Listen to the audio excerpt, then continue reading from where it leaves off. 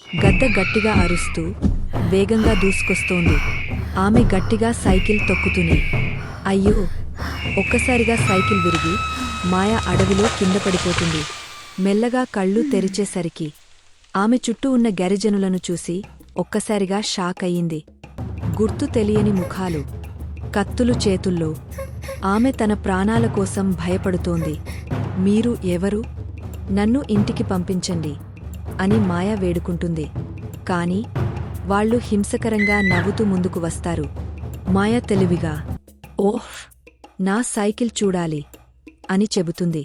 ఆమె నెమ్మదిగా సైకిల్ దగ్గరకు వెళ్ళి, ఇది నా చివరి అవకాశం అంటూ మాయా దీపాన్ని రుద్దుతుంది.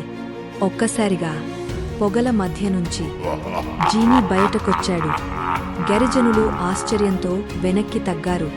మాయ ధైర్యంగా, జీనీ, నన్ను వీళ్లనుంచి బయటపడే అని చెప్పింది. ఇప్పుడు జీనీ ఏం చేస్తాడో తెలుసుకోవాలంటే తరువాతి భాగాన్ని చూడండి.